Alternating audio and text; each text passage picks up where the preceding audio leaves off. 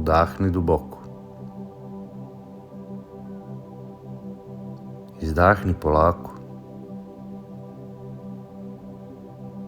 Seti se svojih rana, i onih koje drugi vide, i onih koje kriješ duboko. Koliko puta si mislio da nikada neće zarasti, a onda se pojavila ljubav i polako te lečila. Nijedna rana nije previše duboka za ljubav. Nijedna tuga nije preteška, nijedna bol prevelika.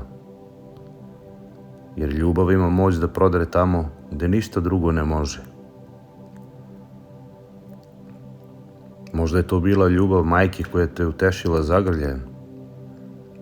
Možda prijatelja koji je ostao i kada su svi otišli.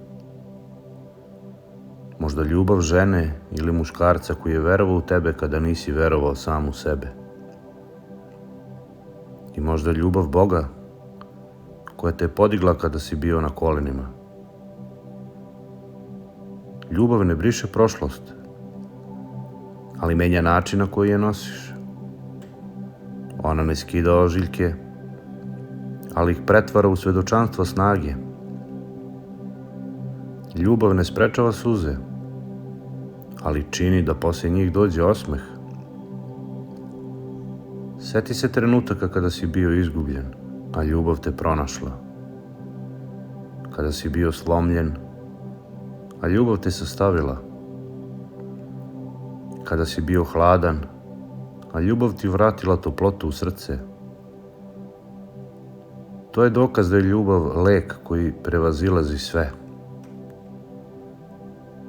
Naše srce je stvoreno da voli i da bude voljeno. I zato svaki put kada se otvoriš ljubavi, tvoje rane dobijaju šansu da zarastu. Ljubav je najjači lek jer dolazi od Boga. A Bog je uvek tamo gde je ljubav.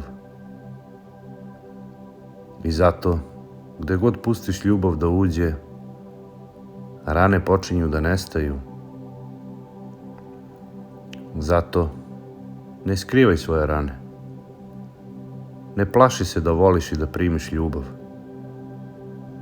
Jer ljubav je lek za svaku ranu.